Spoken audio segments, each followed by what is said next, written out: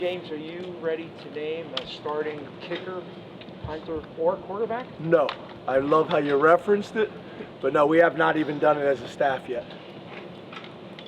James, have you made decisions on green lights, yellows, and reds yet? And are there any guys who will definitely, green? Yeah, we have. Probably better if I brought that list, Chris. Green, yellow, reds next time we get together.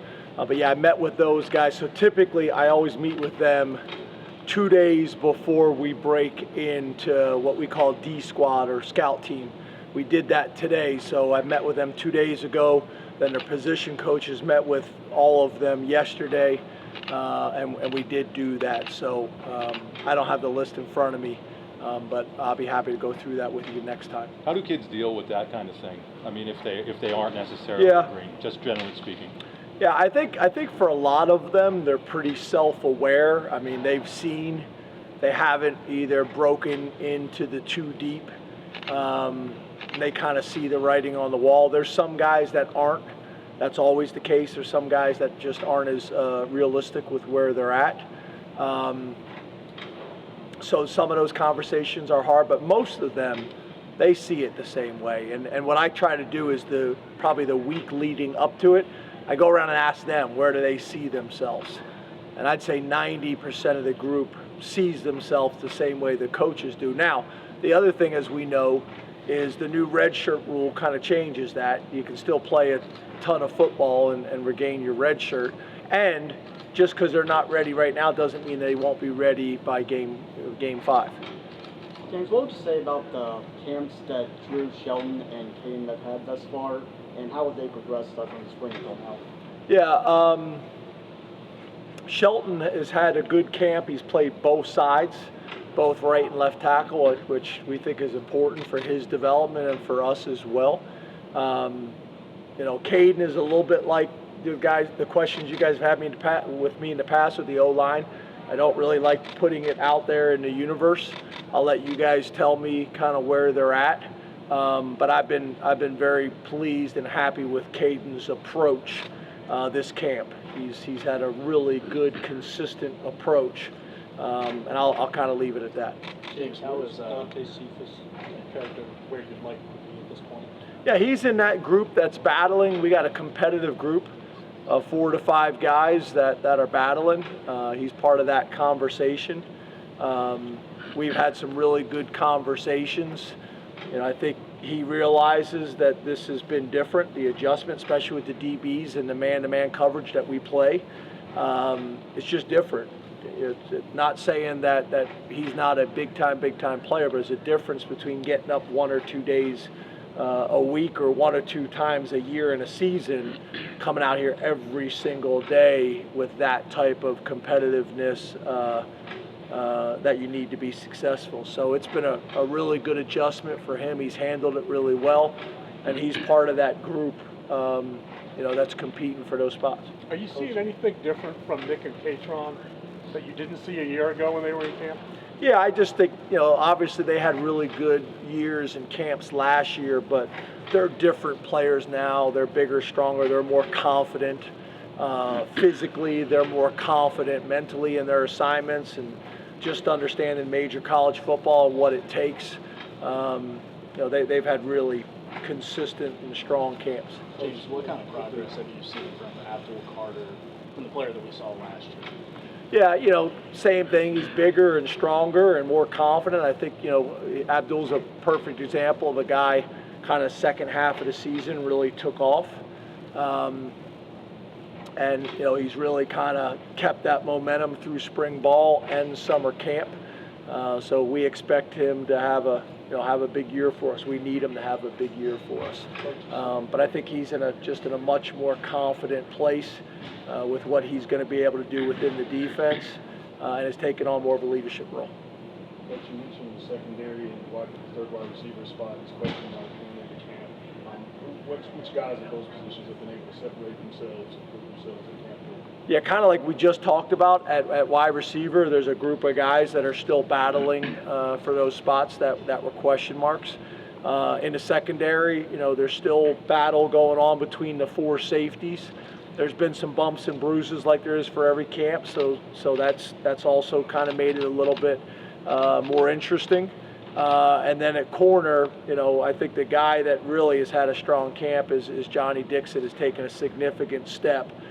We think we got two really good corners and two corners that are very physical and are tough guys, which can be unusual.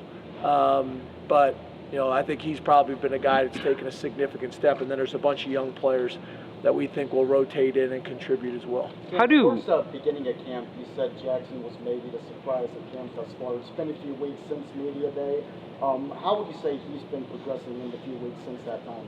Yeah, he may throw the best deep ball. He's got a really good understanding of touch and velocity and angle, that is necessary. He's still learning, in terms of in the meeting rooms and out on the field, all the different things that we ask in the run game and in the pass game and with protections. So he's still learning, but really has the ability to find receivers and be accurate as a passer. So he continues to do well, and it really is a part of a ongoing conversation at that position. How do position battles change once you start focusing on the season? Because in the off season, guys can compete for a position, but then I'm sure that you have to start preparing for an opponent. And does that change anything in terms of how they compete? No, because even though there's competitions going on, there's still guys that go out with the first group, and there's guys that go out with the second groups, and there's guys that go out with the third group, and that hasn't really changed. There's been a little bit, and there's been some guys that have gotten 2 reps, and some guys that have gotten 1 reps and gone back and forth. We've done some of that. But it really doesn't change, Obviously, the one thing I would say changes is you just don't have as many reps for the 3s. It's more of a 1s and 2s dominated practice. James, if you were to need to rely on J.B. Nelson in a potentially first-team role this season, what's your confidence level there, and what has he shown thus far in 2023? Yeah, we went into this year feeling like JB was going to factor in either as a starter or starter-type reps. Is how I would have viewed him coming into the season, and he's built on that. His habits are a lot better in terms of how he practices and approaches meetings and everything else. You could make the argument he may be our most physical offensive lineman that we have. I know talking to our defensive linemen, they got a ton of respect for him. So we expected him to play a significant role this year, either way. Hey, James, you named the captains on Saturday, or maybe before that. You haven't commented on the group. Can you talk about the group and what they bring to the table? Yeah, so we voted on 3 captains, may have been at the end of spring, to go into the summer with. And then we held out all summer and really mostly through training camp to see who developed into that next role and kind of leave that out there, for competition over the summer. And it's worked out really well. So I think we got a strong group of veterans. I think the coaches and the players and the staff all kind of see it the same way. I think we probably have a decent number of them that are more lead by example than verbal like we had last year. But I think it's a really good group, and when they do speak, everybody listens because they're not, I wouldn't say they're outgoing, type of guys in the first place. So we talked about the leadership looking different this year than it did last year. That doesn't mean it can't be just as good or even better, but it was going to be different rather than 4 guys or 5 guys that were very vocal and demonstrative from a leadership perspective to maybe more of a group that do it, through actions. And then maybe leadership council even having a more significant role. So I'm pleased with the overall group. I wasn't sure if we'd have 6. I thought we may have 2 on offense, 2 on defense, and 1 on special teams. But Malik Mega got a ton of votes on special teams as well. So I feel really good about really all 6 of those captains. How has Deion Barnes handled his first training camp as a coach? I know you spoke highly of him in the spring. Really good. His players love him. He's very, very, very demanding. He's very transparent and authentic with them, which I think is important. There's still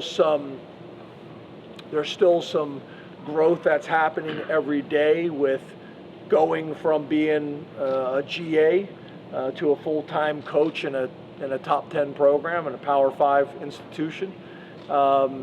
There's an adjustment period, but he's handled it extremely well. He's doing very well.